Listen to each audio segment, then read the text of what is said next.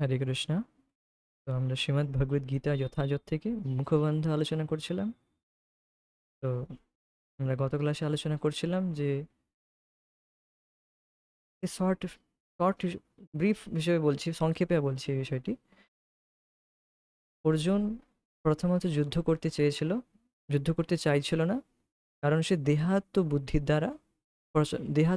দ্বারা তার বুদ্ধিটি ঢাকা পড়ে গিয়েছিল। সে মোহাচ্ছন্ন হয়ে পড়েছিল যে আমি আমার আত্মীয় স্বজনদের কিভাবে তাদের উপর আমি তীর চালাবো, তারা আমার আত্মীয় স্বজন। হুম। তো সেখানে সে দেখছে না এখানে কি ভগবান কি চান, ভগবানের সন্তুষ্টি কি, এই সমস্ত কিছুই বুদ্ধি থাকে না। যেই মুহূর্তে আমাদের দেহাত্ম বুদ্ধি জাগৃত হয়, এই সমস্ত বুদ্ধি আমাদের নষ্ট হয়ে যায়, ঢাকা পড়ে যায়। তো দেহাত্ম বুদ্ধি হচ্ছে দেহেতে আত্মবুদ্ধি, আমি এই শরীরের সম্বন্ধে যারা যারা রয়েছে তারা আমার। আর এই শরীরের যে যে ভূমি, হুম, যে এই যেখানে আমার জন্ম হয়েছে এটাই আমার জন্মভূমি, এটার প্রতি আমি আসক্ত, এই জায়গা ছেড়ে আমি কোথাও যাব না। এইরকম যে একটি আকর্ষণ, একটি তার দেহের সম্বন্ধিত যে বুদ্ধি জাগৃত হয়েছে। তো ফার্স্ট বুদ্ধি জাগৃত হয়েছে যে আমি এই দেহ, হ্যাঁ, আমি অমুকের ছেলে, অমুকের মা, আমি ডাক্তার, আমি ইঞ্জিনিয়ার, আমি বিজ্ঞানী, আমি সায়েন্টিস্ট, অমুক তমুক। এইভাবে এইবার আমার এই কর্তব্য ওই কর্তব্য, হুম, আমার তো এত এই কর্তব্য ওই কর্তব্য। তো এইভাবে সে নিজের প্রকৃত কর্তব্য থেকে বিচ্যুত হয়ে যায়। আমাদের যে প্রকৃত কর্তব্য তার থেকে আমরা বিচ্যুত হয়ে যাই এই দেহাত্ম বুদ্ধির জন্য। তো বুঝতে পারলেন যে দেহাত্ম বুদ্ধিটি কি? খুব সুন্দর বিষয় যে দেহের জন্য যে কাজ করা, কেবল দেহের জন্যই কাজ করা, তাকে দেহাত্ম বুদ্ধি বলা হয়। শরীরকে সাজাচ্ছি, ম্যাচিং করছি এটার সাথে এটা, সো দ্যাট ইজ কল্ড, সেটাকেই বলা হয় দেহাত্ম বুদ্ধি। আর এটি হচ্ছে প্রিলিমিনারি নলেজ। জাস্ট এটিকে জাস্ট বলা হয় প্রাথমিক জ্ঞান। আমাদের থাকে না প্রাথমিক বিদ্যালয়, হ্যাঁ, তারপর একটু তারপর আমরা একটু উচ্চ বিদ্যালয়ে প্রবেশ করি। সো এটি হচ্ছে জাস্ট প্রাথমিক জ্ঞান। জাস্ট দাঁড়ানো, ছোট বাচ্চা যেরকম দাঁড়াতে শেখে, এটি এই জ্ঞান হচ্ছে জাস্ট আধ্যাত্মিকতায় জাস্ট দাঁড়ানো বাস। এটা কোনো প্রগতি নয়, এটা কোনো অ্যাডভান্সমেন্ট নয়, এটি শুধু কেবলমাত্র দাঁড়ানো। পায়ে, নিজের পায়ে একটু জাস্ট দাঁড়ালাম আমি। এখনো চলা শুরু হয়নি, দৌড়ানো তো এখন দূরের কথা, রেসে তো এখন পরে ছুটবে। জাস্ট এটি দাঁড়ানো হচ্ছে, জাস্ট আধ্যাত্মিক প্রাথমিক জ্ঞান, দেহাত্ম বুদ্ধি থেকে উপরে ওঠা। আমি এই শরীর নয়, এই জ্ঞান থেকে উপরে ওঠা, এটি হচ্ছে প্রাথমিক জ্ঞান মাত্র। তো দেখুন, যারা এখন দেহাত্ম বুদ্ধিতে কাজ করছে, হ্যাঁ, আর সো কল তথাকথিত নিজেকে আধ্যাত্মবাদী বলে বলছে, হ্যাঁ, সো দে আর অনলি সহজিয়া, তারা কেবল সহজিয়া মাত্র। তারা কেবল কিছু ঢং করছে, মানে দেখাচ্ছে যে আমি কিছু একটা করছি, আধ্যাত্মিকতায় কিছু করছি, কিন্তু তারা বাস্তবে আধ্যাত্মিকতায় যুক্ত নয়। প্রাথমিক জ্ঞানই হচ্ছে এটাই, দেহাত্ম বুদ্ধি থেকে উপরে উঠা, মানে শরীরকে না সাজানো, যতটা আবশ্যক ততটা গ্রহণ করা। এই নয় যে আমি শরীরকে এখন ঢাকাবো না।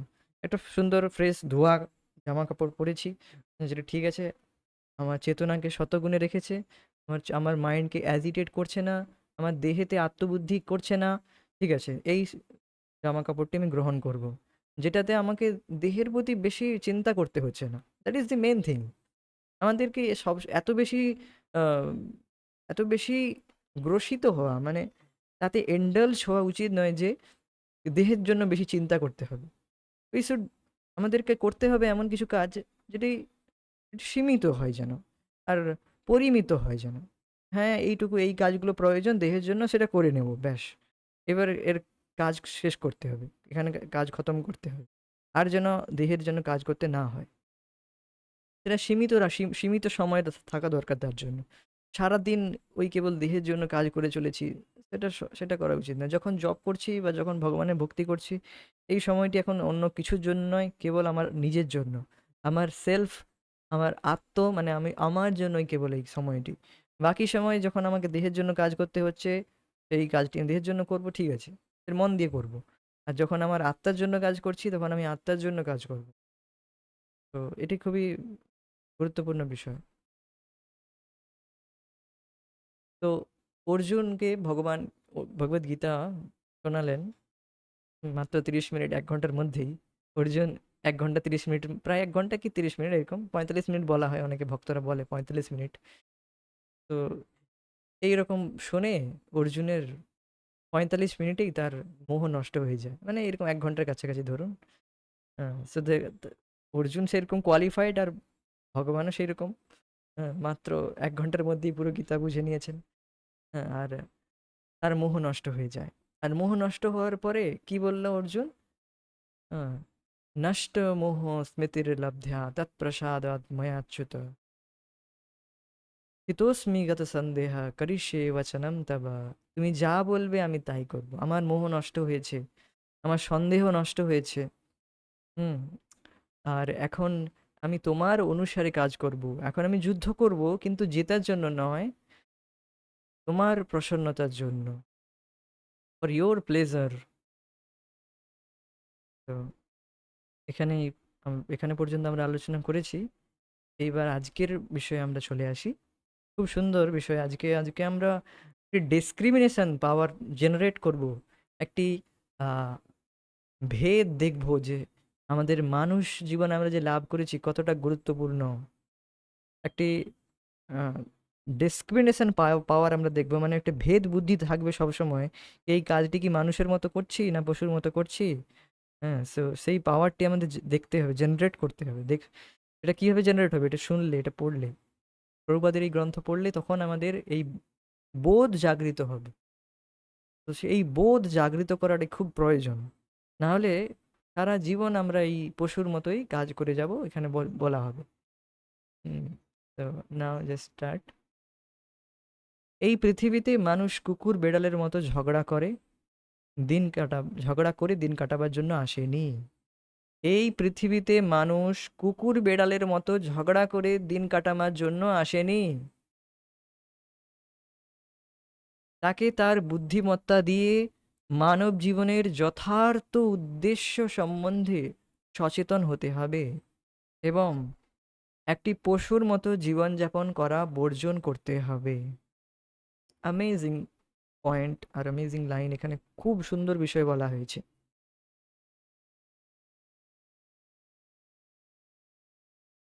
তো প্রথমত, ঝগড়া হয় কোত্থেকে? ঝগড়া শুরু হয় কোথা থেকে? কোন পয়েন্ট থেকে ঝগড়া শুরু হয়? যখন কেন্দ্রে নিজের সুখ থাকে, একে বলা হয় ইন্দ্রিয় তৃপ্তি। নিজের ইন্দ্রিয় সুখ থাকে, যখন কেন্দ্রে নিজের সুখটাই থাকে তখন ঝগড়া হয়। কেন? কারণ যখন আমাদের কেন্দ্রে নিজের সুখ থাকে তখন আমরা সামনের লোকটি সামনের লোকটার কেমন লাগলো, কেমন তার লাগবে, কেমন সে ফিল করবে, তার কষ্ট হবে কি দুঃখ হবে, সে বিষয়ে আমরা আর কোনো রকম ভাবে ভাবি না। যেই মুহূর্তে আমরা নিজের ইন্দ্রিয় তৃপ্তির কথা ভাবি, তৎক্ষণাৎ আমরা সামনের ব্যক্তির কথা ভুলে যাই যে তার কেমন লাগবে, সে কেমন অনুভব করবে, এ সমস্ত কিছু আর খেয়াল করি না। শুধু এটাই হচ্ছে ইন্দ্রিয় তৃপ্তির বৈশিষ্ট্য।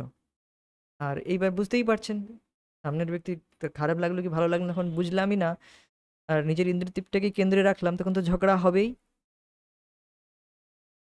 ঝগড়া হবেই। তো এই যে ঝগড়া করা, এটি এটি কাদের বৈশিষ্ট্য? ঝগড়া করা হচ্ছে কুকুর বেড়ালের কাজ, মানুষের কাজ নয়। ঝগড়া, লড়াই করা, এগুলো মানুষের কাজ নয়। এইভাবে দেখুন, অ্যাজ পার মহাভারতে এইভাবে বলা হয়েছে, শাস্ত্রে এইভাবে বলা হয়েছে। হুম, 4টি কাজ কুকুর অর্থাৎ পশুরা আর মানুষ করে। 4টি কাজ যেটি কমন, মানে মানে কমন রয়েছে। এটি কি কি? এটি হচ্ছে খাওয়া অর্থাৎ আহার, ঘুমানো অর্থাৎ নিদ্রা, আর ভয় মানে ডিফেন্স করা, মানে এই আহ, ঝগড়া করা, লড়াই করা, ডিফেন্স করা, আত্মরক্ষা করা, লড়াই করা বেসিক্যালি। আহার, নিদ্রা, ভয় আর চতুর্থ হচ্ছে মৈথুন।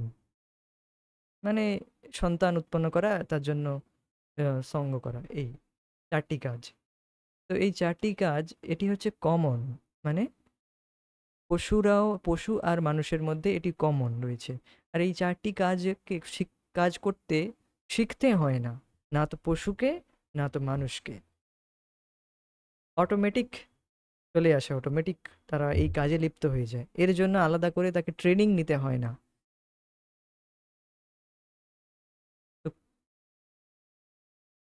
একটি জিনিস পশু আর মানুষের মধ্যে আলাদা রয়েছে, তার দ্বারাই আমরা মানুষ হিসেবে গণ্য হই, তার দ্বারাই আমরা বিশেষ, আমাদের একটা স্পেশাল গুণ রয়েছে। গীতা, সেটি হচ্ছে ধর্ম বা কিছু নিয়ম, কিছু ডিউটি, কিছু কর্তব্য পালন করা। এটাই হচ্ছে আমাদের মধ্যে একটি বিশেষতা। তো এটিকে এইভাবে শ্লোকে বলা হয়েছে, যেটি আমি এক্ষুনি বললাম, আহার নিদ্রা ভয়মৈথুনম চ সামান্যমেতদ পশুভিः নরাণাম ধর্মো হি তেষাম अधिको विशेष धर्मे न विना पशुभिः समाना धर्मे न हिना पशुभिः समाना। तो आहार निद्रा भय मैथुनम च, আহার নিদ্রা ভয় মৈথুন ৪ টি কাজ। আহার নিদ্রা ভয় মৈথুনম চ সামান্য মেতৎ পশুভি নরানাম। সামান্য মানে কমন, সামান্য, এটি একই রয়েছে, কমন ফ্যাক্টর। পশু আর মানুষের মধ্যে এরা একই কাজ করে, এই ৪ টি কাজ কমন রয়েছে। আর সামান্য মেতৎ পশুভি নরানাম ধর্মো হি তেষাম, অর্থাৎ ধর্ম হচ্ছে সেটাই যেটা অধিকও বিশেষ, মানুষকে মানুষকে অধিক বিশেষ, তাকে গুরুত্বপূর্ণ বিশেষ তৈরি করে, সে একটি বিশেষ, স্পেশাল। স্পেশালিটি একটাই মানুষের মধ্যে, ধর্ম। মানে ধর্ম মানে কি? ধর্ম মানে হচ্ছে কিছু নিয়ম পালন করা, কিছু নিয়ম পালন করা। বেসিক্যালি যে নিয়ম ভগবানের দ্বারা দেওয়া হয়েছে, সেই নিয়ম পালন করা, যে সে নিয়ম পালন নয়। ধর্মম তু সাক্ষাৎ ভগবত প্রণীতম। ধর্ম মানে কিছু যে নিয়ম ভগবানের দ্বারা দেওয়া হয়েছে, সেই নিয়ম পালন করা। তো এটা তো ফার্দার রয়েছে, কিন্তু আপনি দেখবেন মানুষের মধ্যে একটি বিশেষতা রয়েছে, সে কিছু নিয়ম পালন করে। সেটি ট্রাফিক রুল থেকে শুরু করে এই যে জগতেও সে কিছু নিয়ম পালন করতে, তার মধ্যে এটি থাকে, স্বাভাবিকভাবেই থাকে। কিন্তু পশুদের মধ্যে সেরকম কোনো রকমভাবে নিয়ম পালন করার কোনো টেন্ডেন্সি থাকে না। তাদের এই রকমভাবে তাদের কোনো রকম ক্ষমতা বা শক্তি নেই, তাদের মধ্যে এই বোধ বুদ্ধি নেই। এই জন্য তারা পশু। আর আমাদের মধ্যে এই ধর্ম পালন করার বিবেক বুদ্ধি রয়েছে, এই জন্য আমরা মানুষ। একবার আমি আমার একজন স্কুলমেটকে জিজ্ঞেস করেছিলাম যে, অনেক দিন আগে, অনেক বছর আগে কথা বলছি, যে তখনও আমি এটা শুনেছিলাম প্রথম যখন, তখন আমি জিজ্ঞেস করলাম যে আচ্ছা, পশু আর মানুষের মধ্যে ভেদ কি? তো সে বলল কোনো ভেদ নেই, সব সমান, একই কাজ, তারাও একই কাজ করে, আমরাও একই কাজ। আমি বললাম সঠিক, কোনো ভেদ নেই। এই জন্য আপনি বুঝতে পারছেন যে আজকাল যুগের মানুষ সে বুঝতেই পারছে না যে পশু মানুষের মধ্যে সত্যিই ভেদ তো নেই, সবাই তো একই কাজ করছি। মানে সবাই পশুই হয়ে গিয়েছে। তো দ্যাট মিন, তার মানে মানুষ যে কাজ, এই পশুর মতোই কাজগুলো, এই কাজগুলোই করছে, কিন্তু একটি পলিশড ওয়েতে, মানে সভ্যভাবে করছে। এই জন্য তারা সভ্য পশু। হ্যাট কোট পরা পশু, স্যুট প্যান্ট পরা পশু। তো শুনতে খারাপ লাগলেও এটাই হচ্ছে সত্যি। মানে এটাই হচ্ছে মানে সত্য, সত্যি। একটু ভেবে দেখলে, একটু বিচার করলে, একটু শান্ত মস্তিষ্কে দেখলে সারা দিনটাই এইভাবেই কেটে যাচ্ছে। That is amazing thing. এটি খুবই গুরুত্বপূর্ণ বিষয়। তো যার দ্বারা প্রথমত মানুষ মানুষ হতে শেখে, তারপর তো ভক্ত হওয়ার প্রশ্ন আসবে। প্রথমে আমরা মানুষ হই। তো হ্যাঁ, এটি হচ্ছে বিষয়। তো এইবার আমি এখানে আরো কিছু ডিসক্রিমিনেশন রাখবো, যেখানে দ্বারা আমাদের খুব স্পষ্ট হয়ে যাবে যে পশু মানুষের মধ্যে যে একটি ডিসক্রিমিনেশন ভেদ রয়েছে ধর্ম পালন করার জন্য, এটি খুব স্পষ্ট হয়ে যায়। আপনি দেখবেন, আমি দেখেছি, আহ, আমার আমি যখন আমার গ্রামের বাড়িতে ছিলাম, সেখানে আমি প্রায় গ্রামের বাড়িতে অনেক দিন ছিলাম, তারপর এখানে তো পরেই এলাম অর্থাৎ মায়াপুরে। তো আমি অনেক দিনই দেখলাম, লক্ষ্য করলাম বিষয়টি, যে আমাদের বাড়িতে অনেক গরু ছিল, অনেক গরু। তো তাদের জন্য অনেক ডাক্তার আসতো তাদের দেখাশোনার জন্য, বিশেষ কিছু রোগ হলে ডাক্তারে আসতো। তো দেখতাম 4-5 জন পরে গরুকে ধরছে, আর তাকে ইঞ্জেকশন দিচ্ছে, যা কিছু করছে। তো এখন বিষয়টি বুঝতে পারলাম যে যে সত্যি তার মধ্যে কোনো বিচার বুদ্ধি নেই, যে তার জন্যই ডাক্তার আনা হয়েছে, তার জন্যই সবকিছু করা হচ্ছে, ওষুধ পয়সা খরচা করা হচ্ছে, সেই নিজে এখন ঠিক হতে চায় না, ইঞ্জেকশন বা যে কোনো মেডিসিন নিতে চাচ্ছে না। কেন? কারণ পশুর মধ্যে সেই চেতনা নেই, সেই বুদ্ধি নেই, পশুর মধ্যে সেই বুদ্ধিমত্তাটা নেই, যে সে প্রশ্ন করতে পারবে যে কেন আমি দুঃখ ভোগ করছি, আর এর উপায় কি, এর থেকে মুক্ত হওয়ার উপায় কি, সেই প্রশ্ন করতে পারে না, তার মধ্যে সেই ক্ষমতা নেই। কিন্তু মানুষের মধ্যে দেখবেন, আমাদের কোথাও কেটে গেলে বা কোথাও কিছু রোগ হলে তৎক্ষণাৎ আমরা ডাক্তারের কাছে যাই, আর সঙ্গে সঙ্গে ডাক্তারকে জিজ্ঞেস করি কিভাবে ঠিক করো, কেন কেন আমি এত কষ্ট পাচ্ছি, বা সঙ্গে সঙ্গে আমাকে কিভাবে ঠিক করা যায়, তাড়াতাড়ি একটা সলিউশন দাও, মেডিসিন দাও, ঔষধপত্র দাও। তো এইভাবে আমরা নিজেকে ঠিক করতে তৎপর হই, এই নয় যে আমাদেরকে 4-5 জন করে ধরে নিয়ে যায়, আমরা নিজের থেকেই যাই।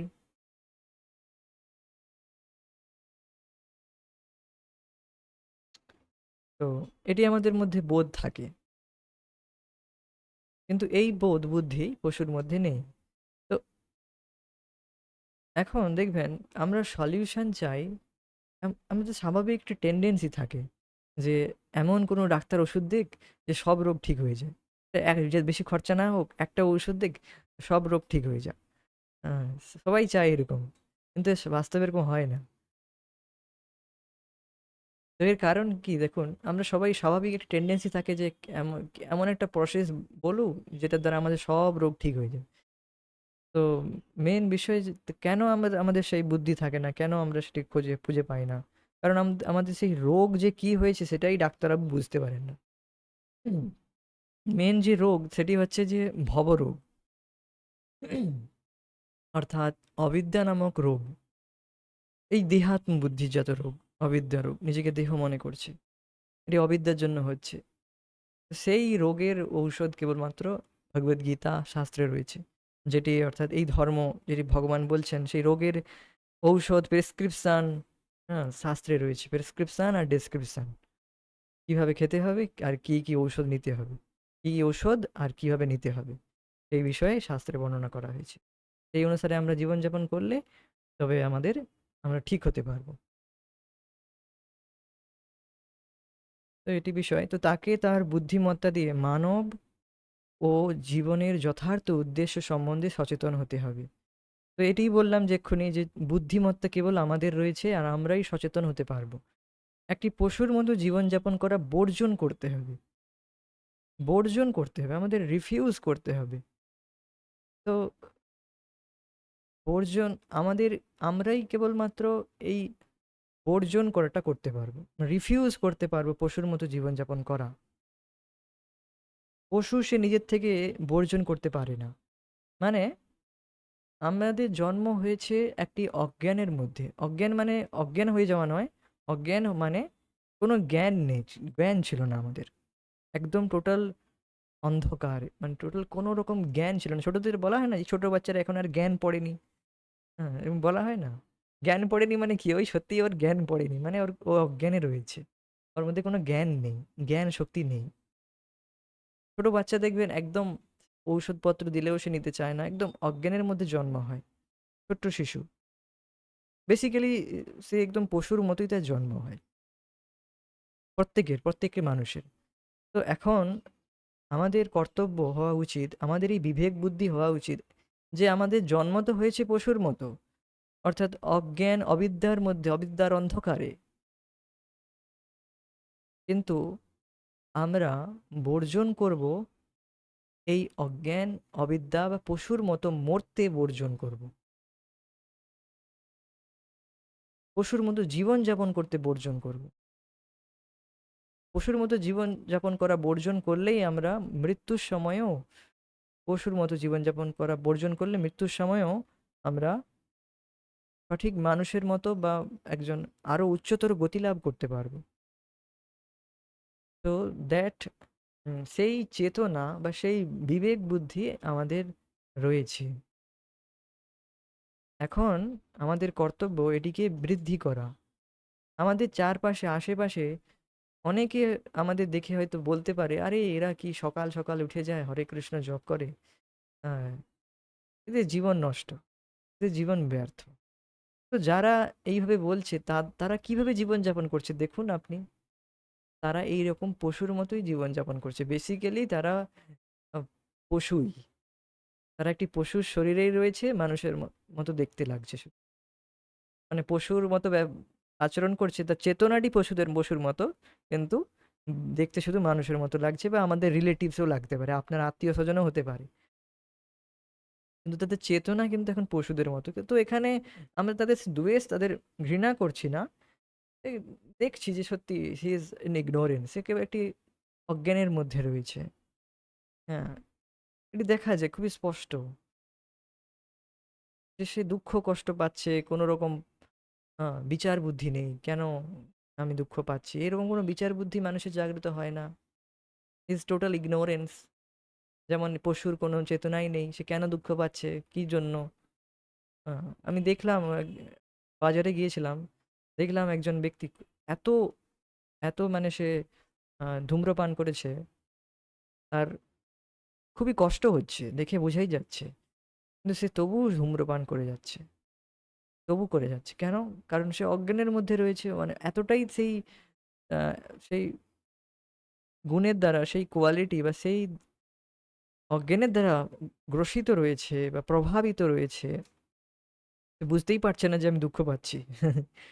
হ্যাঁ, লেখা থাকে আর সে এমন তার সমস্ত রোগও প্রকট হয়ে যাচ্ছে, এই নয় যে এখন রোগ হচ্ছে না, তার রোগ সমস্ত দেখা যাচ্ছে সামনের থেকে, দেখলেই বোঝা যাচ্ছে যে ভেতরে সমস্ত লাংস সবকিছু খারাপ হয়ে গেছে, দেখেই বোঝা যাচ্ছে, তবু সে কন্টিনিউ করে যাচ্ছে সেটি কেন?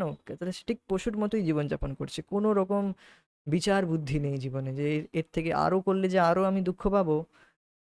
একটা গরম ধোঁয়া খেতে, গরম ধোঁয়া যেটি খুবই যার গন্ধ খুবই খুবই বিকট, খুবই খারাপ, তবু মানুষ এটি করছে, খাচ্ছে, বা কেন? কারণ তার চেতনাটি হচ্ছে পশুর মতো, চেতনা নেই। বেসিক্যালি তার চেতনাটি একদম কভার, মানে ঢাকা পড়ে গিয়েছে। হ্যাঁ, যে ঠিক পশুর মতো, পশুকে কোনো তার কোনো ডেসক্রিমিনেশন পাওয়ার নেই, সে পরবর্তী মুহূর্তে তাকে বলি দেওয়া হবে, বা পরবর্তী মুহূর্তে তার মৃত্যু হবে, বা তার রোগ হয়েছে ঔষধ দেওয়া হচ্ছে, এ সমস্ত কিচ্ছু তার বোধ বুদ্ধি থাকে না। এই রকম একদম। তো এইরকম ভাবে আমাদের জীবন যাপন করা আমরা বর্জন করতে হবে আমাদের। সমস্ত বৈদিক শাস্ত্র মানব জীবনের যথার্থ উদ্দেশ্য সম্বন্ধে নির্দেশ দিচ্ছে। সমস্ত বৈদিক জ্ঞানের সারাংশ ব্যক্ত হয়েছে ভগবদ গীতাতে। বৈদিক সাহিত্য মানুষের জন্য, পশুর জন্য নয়। তো এই বিষয়ে যাওয়ার আগে এটা একটু এখানে বুঝে নিই। তো সমস্ত বৈদিক শাস্ত্র মানব জীবনের যথার্থ উদ্দেশ্য সম্বন্ধে নির্দেশ দিচ্ছে। কি উদ্দেশ্য, মানব জীবনের উদ্দেশ্য কি?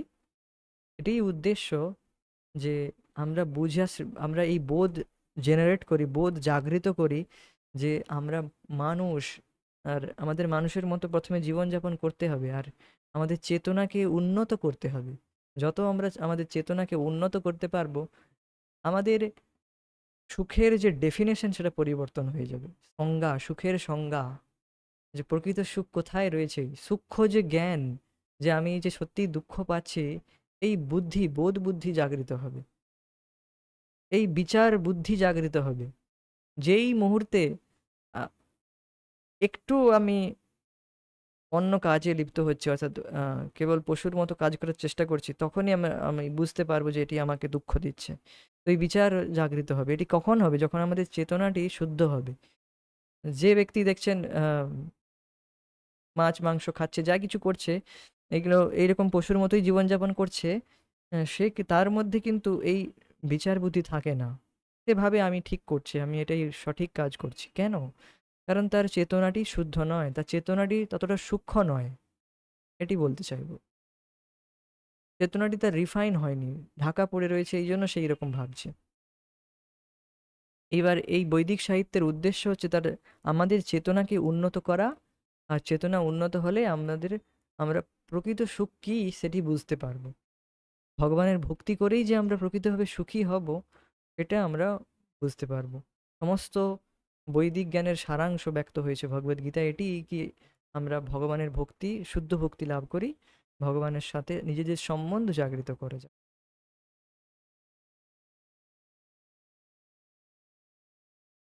তো এটাই বলা হয়েছে। তো নেক্সট বলা হচ্ছে বৈদিক সাহিত্যে মানুষের জন্য, পশুর জন্য নয়। কেন বলা হচ্ছে? কারণ পশুরা তারা বুঝতে পারে না। আপনি একজন সবথেকে উম, বরিষ্ঠ বানর বা হনুমানকে যদি তাকে পড়ান, গীতা পড়ান, তাকে কলা দিলেন, সমস্ত কিছু দিলেন, সে যতক্ষণ খাবার দিচ্ছেন ততক্ষণ রয়েছে, তারপরে চলে যাবে, পালিয়ে যাবে। সে এই সমস্ত কিছু শোনার বা বিচার বুদ্ধি তার নেই। তার মধ্যে কোনো রকম প্রশ্ন করার শক্তি নেই পশুর মধ্যে। তো এই সমস্ত সাহিত্য, বৈদিক সাহিত্য কেবল আমরা মনুষ্য জন্মেই বুঝতে পারবো, আর বুঝে সেই অনুসারে কাজ করতে পারবো। আর সেই অনুসারে কাজ করলে আমাদের গতি শুদ্ধ হবে, গতি আরো উন্নত হবে। তো দেখবেন এই যারা পশুর মতো জীবনযাপন করছে ওদেরকে প্রশ্ন করুন যে এখন আপনি এইরকম জীবনযাপন করছেন, এরপরে আপনার কি গতি হবে? তো তাদের কাছে কোনো উত্তর থাকবে না। তারা এইরকম বলবে, কে দেখেছে এইসব, কে এসব এইসব মানে, হ্যাঁ, কে দেখেছে আমি এইসব করছি, এই সমস্ত বলবে। তো বেসিক্যালি দে আর ইন, তারা পশু চেতনায় রয়েছে, এই জন্য তাদের কোনো রকম বিচার বুদ্ধি থাকে না। এই জন্য এইরকম কথাবার্তা বলে। তো তাই প্রতিটি মানুষের কর্তব্য হচ্ছে বৈদিক জ্ঞান হৃদয়ঙ্গম করে মানব জীবনকে সার্থক করে তোলা। কোনো পশু যখন অন্য পশুকে হত্যা করে, তাতে তার পাপ হয় না। কিন্তু মানুষ যদি তার বিকৃত রুচির তৃপ্তি সাধনের জন্য কোনো পশুকে হত্যা করে, তখন সে প্রকৃতির নিয়ম ভঙ্গ করার অপরাধী হয়। তো এখন যদি কোনো মানুষ এই কথা বলে যে এই দেখো, ওই বাঘও তো পশু খাচ্ছে, সেও তো পশু বধ করে খাচ্ছে, সেও তো হত্যা করে খাচ্ছে, তো আমরা খেলে ক্ষতি কি? তো বাঘ, সিংহ, তাদের তাদের এইভাবেই তারা সৃষ্টি হয়েছে, এইভাবেই তাদের চেতনা রয়েছে। তারাও জীব, আমরাও জীবাত্মা, কিন্তু তাদের চেতনাটি এইভাবে রয়েছে যে তারা পশুর পশুকে হত্যা করেই অন্য পশুকে খাবে। এইভাবেই তাদের প্রোগ্রাম করা হয়েছে, তাদের সৃষ্টি করা হয়েছে, তাদের চেতনা এই রকম।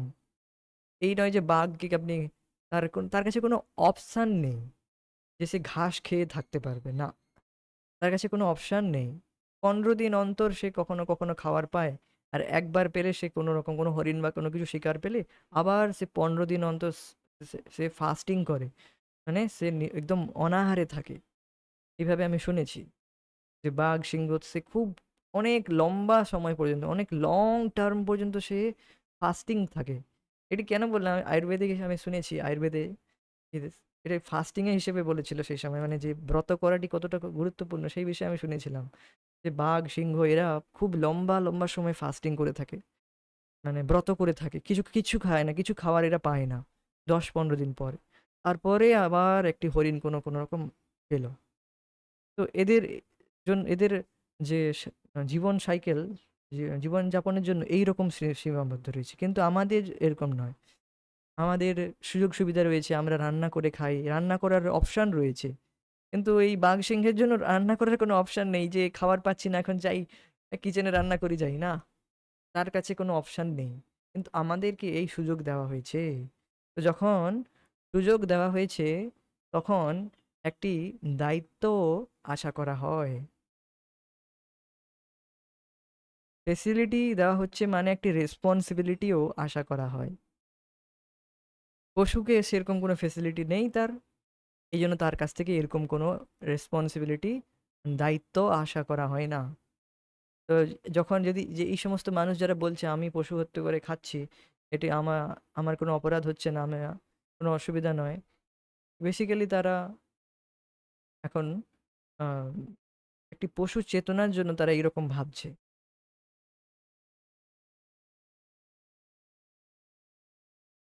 প্রকৃতির দ্বারা সমস্ত কিছু নিরন্তর আমরা প্রকৃতির নজরে রয়েছি, এরকম ভাগবতমে বলা হয়েছে 12 জন দেখছেন, 12টি সাক্ষী রয়েছে, তারা নিরন্তর আমাদের দেখছেন যে আমরা কিরকম কাজ করছি।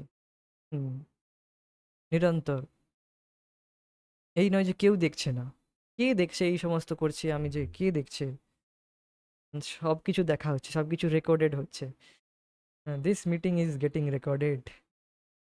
মিটিং মানে এই পুরো জীবন যাপনটা, আপনার পুরো জীবনটাই রেকর্ডেড হচ্ছে।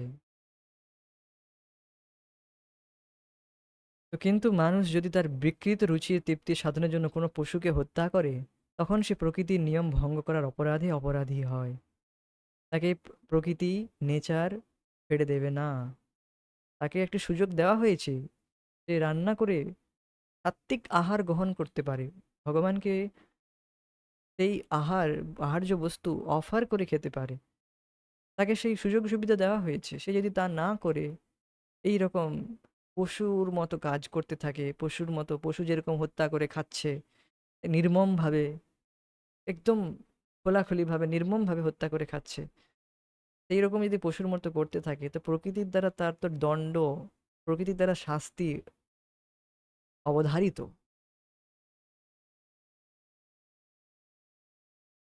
তো এটি বোঝা উচিত আমাদের, আর নিজেকে পরিবর্তন করার চেষ্টা করা উচিত। এই বিষয়ে মানে এই যে বিষয়টি, মানে পশু হত্যা করে খাওয়াটা, এই বিষয়ে আমি যখন ছোট ছিলাম তখন আমি এই বিষয়ে প্রশ্ন করেছিলাম যে কেন আমরা, কেন এই পশুকে হত্যা করে আমরা খাচ্ছি।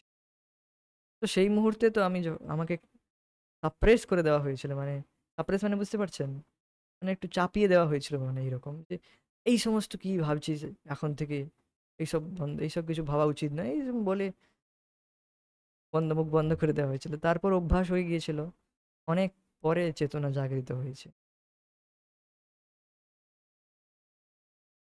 তারপর বুঝতে পারলাম, তারপর তারপর নিজের থেকে, মানে নট নিজের থেকে, ভগবানের কৃপায় ভক্তদের সঙ্গ লাভ করেই এরকম বুঝতে পারলাম সত্যি এটা তো খুবই অপরাধের কাজ হচ্ছে।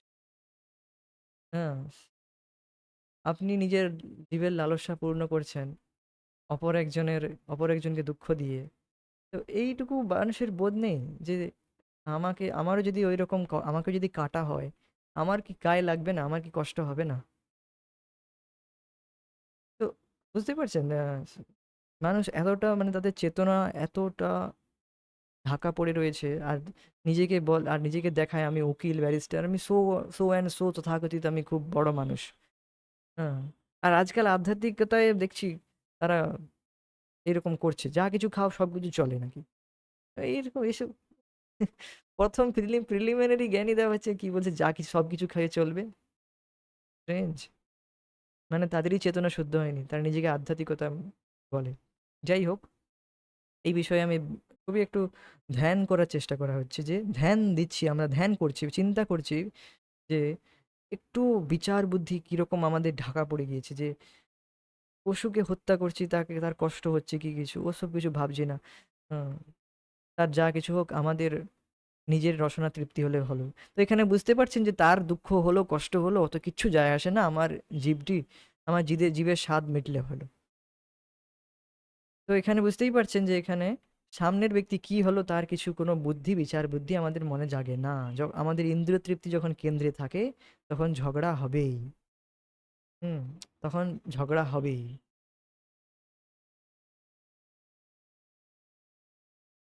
তো এরকম আমরা প্রকৃতির দ্বারা দুঃখ কষ্ট পাবো, এরকম নির্ধারিত, অবশ্যই অবধারিত, নির্ধারিত।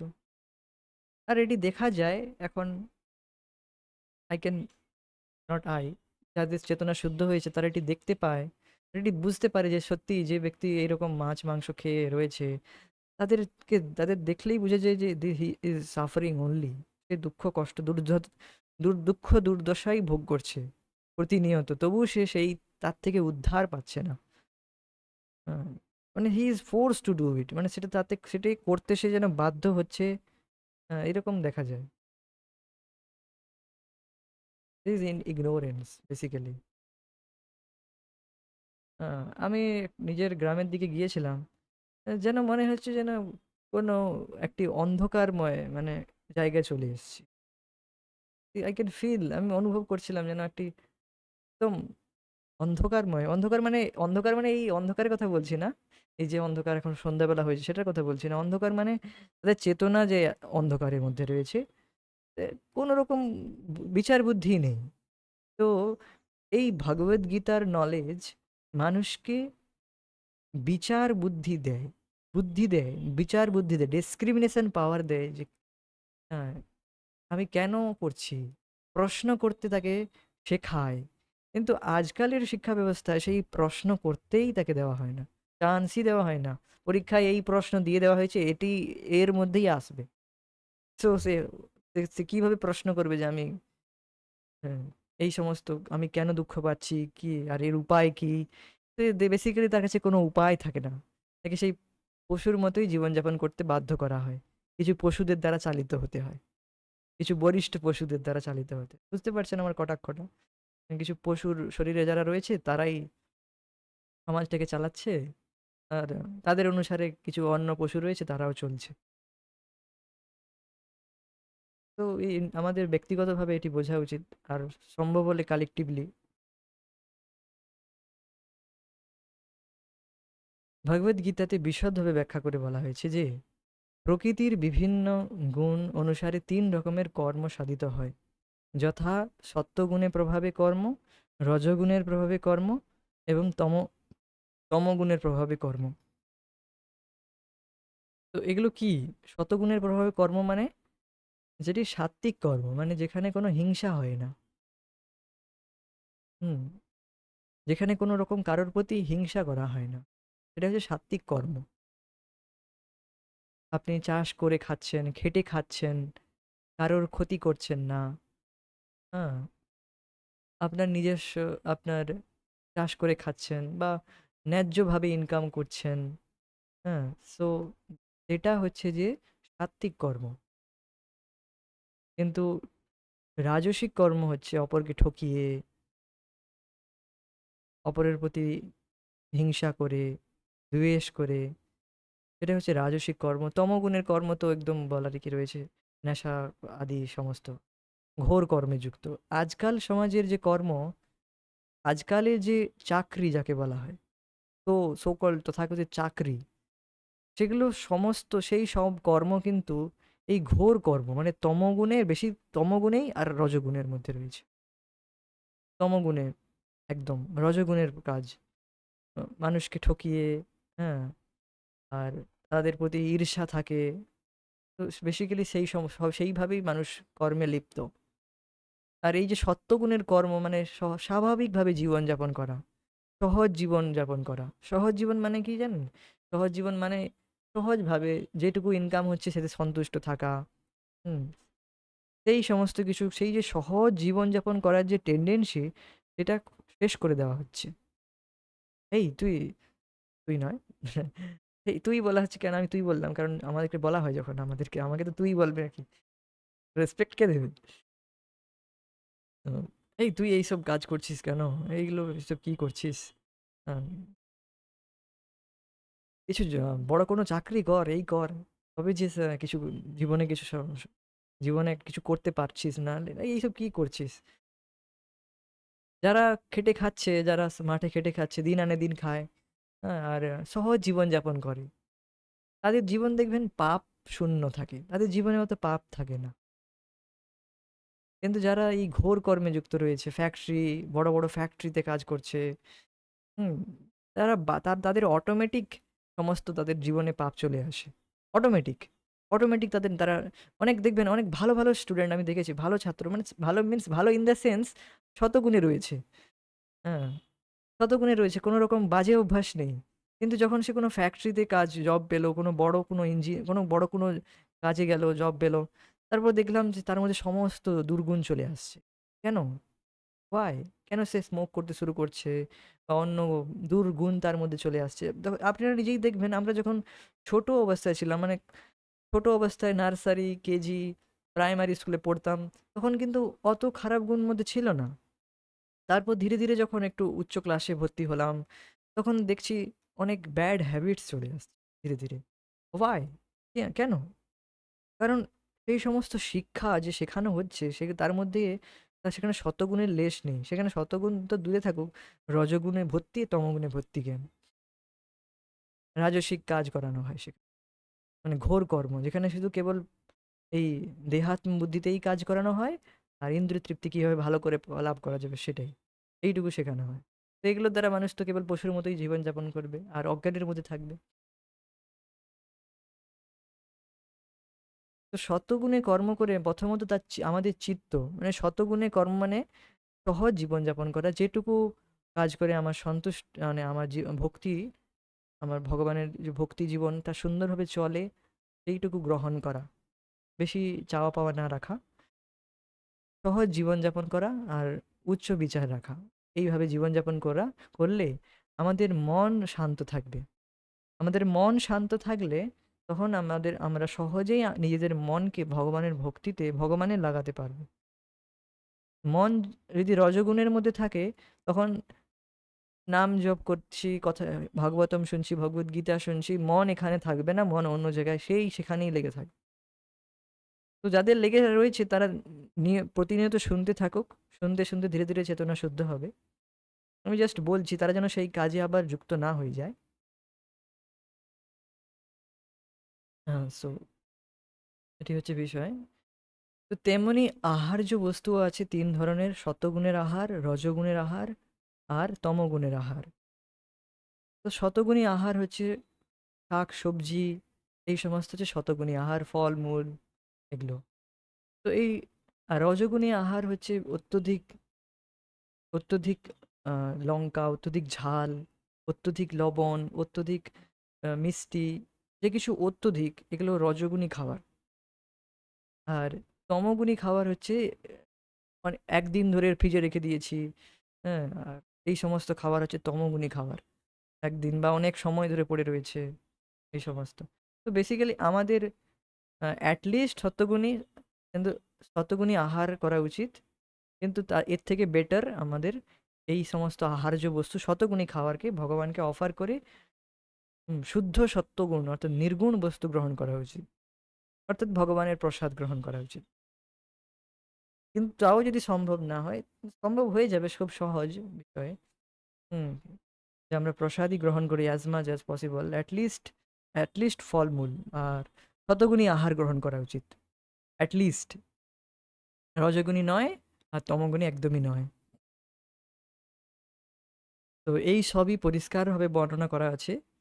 তো এখানে আহারের কথা কেন হঠাৎ করে বলা হলো? কারণ আহার শুদ্ধি সত্ত্ব শুদ্ধি। আহার শুদ্ধি হলেই আমাদের সত্ত্ব, মানে সেই সত্ত্ব মানে সেই চেতনা, সেই চেতনার পয়েন্ট চলে আসছে। তো এই আহারের ভূমিকা খুব গুরুত্বপূর্ণ। মানে আপনি কি আপনার শরীরের মধ্যে প্রবেশ করাচ্ছেন, কি আপনি ইনপুট দিচ্ছেন, সেটাই আউটপুট হবে। তো এই আহারের গুরুত্ব খুব রয়েছে, এর খুব গুরুত্ব রয়েছে, খুব। যতটা সম্ভব আমাদের উচিত কৃষ্ণ প্রসাদ গ্রহণ করা, অ্যাজ মাচ পসিবল। আর অসুবিধা হলে, খুব নেহাত না হলে, অসুবিধা হলে সত্যগুণী আহার গ্রহণ করা উচিত, মানে নিরামিষ ভোজন। তো এই সবই পরিষ্কারভাবে বর্ণনা করা আছে। যদি আমরা ভগবদ গীতার এই সব নির্দেশ যথার্থভাবে কাজে লাগাই, তাহলে আমাদের সারা জীবন পবিত্র হয়ে উঠবে এবং পরিণামে আমরা এই জড় জগতের আকাশের ঊর্ধ্বে আমাদের পরম লক্ষ্যে উপনীত হতে পারবো। যদ্গত্বা না নিবর্তন্তে তদ্ধাম পরমম মম, যেখানে গিয়ে আর আমাদের এখানে আসতে হবে না।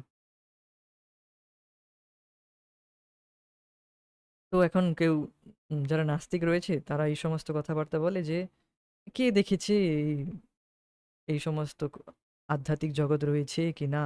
এখন যা লাভ করেছো, যা ভোগ বস্তু লাভ করেছো ভোগ করো। কে দেখেছে এইসব ভোগ করে? যা পরে হয় দেখা যাবে।" এই সমস্ত কথাবার্তা যারা নাস্তিক তারা বলে। তো তাদের তো চেতনা এইরকম আচ্ছাদিত রয়েছে। তাদের নিজের চেতনা অনুসারে তারা কাজ করবে।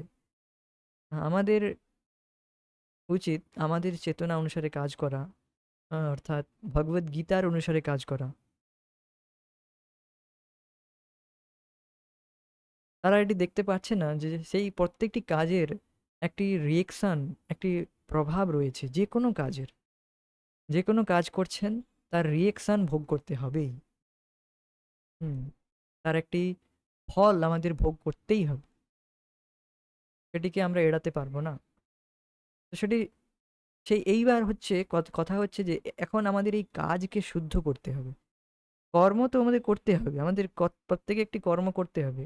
কিন্তু এই কর্মকে কিভাবে শুদ্ধ করতে হবে সেটি আমাদের শিখতে হবে। এটি কিভাবে শিখব? ভগবদ্গীতার নির্দেশ পালন করে। যেমন এক্ষুনি আমরা শিখলাম যে আহার শুদ্ধ করতে হবে। আহার শুদ্ধি, সত্ত্ব শুদ্ধি। আহার শুদ্ধ হলেই তবেই আমাদের সত্ত্ব শুদ্ধ হবে। আহার শিখলাম। এইভাবে অন্যান্য কাজ শিখব যে কিভাবে আমরা নিজের প্রবৃত্তি অনুসারে কাজ করেও নিজের যে বৃত্তি, স্বভাব অনুসারে কারোর স্বভাব মার্কেন্টাইল অর্থাৎ বণিক ব্যবসা করা, কারোর স্বভাব চাষ করা, খেটে খাওয়া, শ্রমিকের মতো করা, কাজ করা। কেউ যুদ্ধক্ষেত্রে কাজ করতে পছন্দ করে। তো সবার স্বভাব অনুসারে কাজ করেও সে কিভাবে নিজের কাজকে শুদ্ধ করতে পারে এটি শেখানো হচ্ছে ভগবদ্গীতায়। খুবই সহজ। এখনই বলে দিচ্ছি, এখানেই ডিসকাস করে নিচ্ছি যে আমাদের এই কাজকে কিভাবে শুদ্ধ করতে হবে। তো দেখুন, এই সমস্ত কর্মকে আমাদের ভগবানের প্রীতিবিধান, ভগবানের ফর কৃষ্ণাস প্লেজার, কৃষ্ণের সন্তুষ্টির জন্য, কৃষ্ণের প্রীতিবিধানের জন্য করতে হবে। আর দেখতে হবে যে এই সমস্ত কর্ম, এই সমস্ত বৃত্তিগুলি যেন আমাদের শাশ্বত, মানে চিরাচরিত, যেটা শাশ্বত যে কর্ম অর্থাৎ ভগবানের সেবায় সেটি পর্যাবসিত, মানে উপসংহার যেন তার ভগবানের সেবায় যেন হয়, তার উপসংহারটি যেন ভগবানের সেবায় হয়, এটি লক্ষ্য রাখতে হবে। এই নয় যে সারাদিন সেই কাজের পিছনে এত লেগে রাখলাম, আমার বুদ্ধি আর ভগবানের মধ্যে লাগছেই না বা সময় নেই, তা যেন না হয়। এমন ঘোর কর্মে লিপ্ত হলাম, আমার মন আর ভগবানে লাগছে না, সেরকম কর্ম করা যাবে না। সেরকম কর্মকে আমরা গ্রহণ করব না।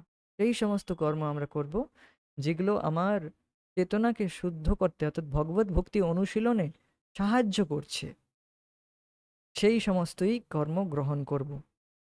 আর সেই অনুসারে আমি কাজ করব। দেখুন, এই নয় যে আমরা সারাদিন ভগবদ্গীতা শুনতে থাকবো বা সারাদিন নাম জপ করতে পারবো, তা সম্ভব নয়। কোনো না কোনোভাবে আমাদের কোনো না কোনো কাজে যুক্ত থাকতে হয়, অন্য কোনো কাজে। তো সেই কাজগুলোকে কিভাবে শুদ্ধ করব সেটি আমাদের শেখা উচিত। সেই কিভাবে শুদ্ধ করবে?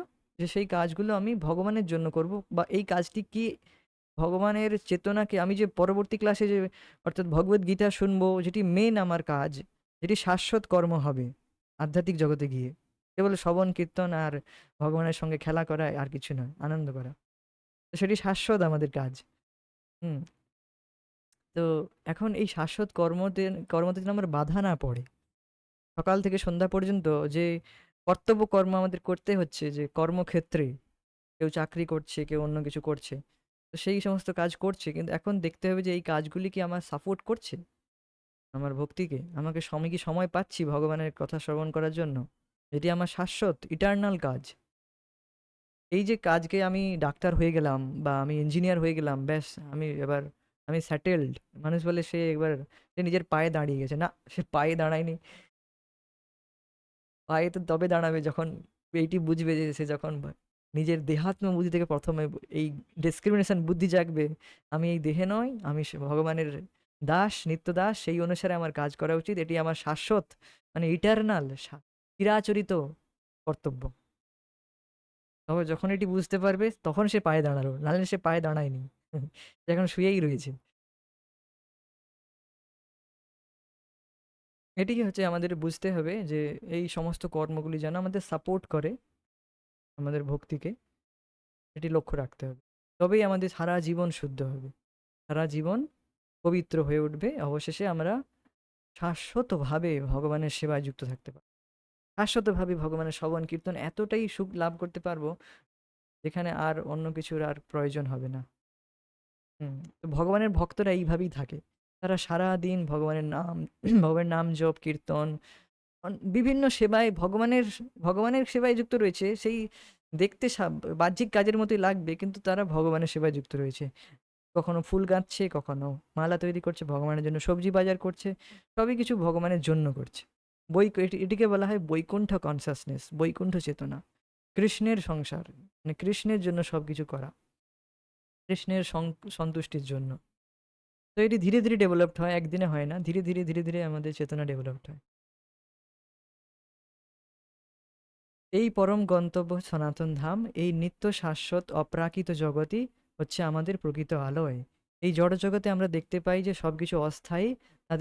তাদের প্রকাশ হয়, কিছু কালের জন্য অবস্থান করে, কিছু ফল প্রসব করে, ক্ষয়প্রাপ্ত হয়, তারপর একসময় তারা অদৃশ্য হয়ে যায়। এটি হচ্ছে জড়জগতের ধর্ম। আমাদের এই দেহ অথবা এক টুকরো ফল অথবা অন্য কোনো কিছুরই দৃষ্টান্ত আমরা দিই না কেন, এই সব একই রকম।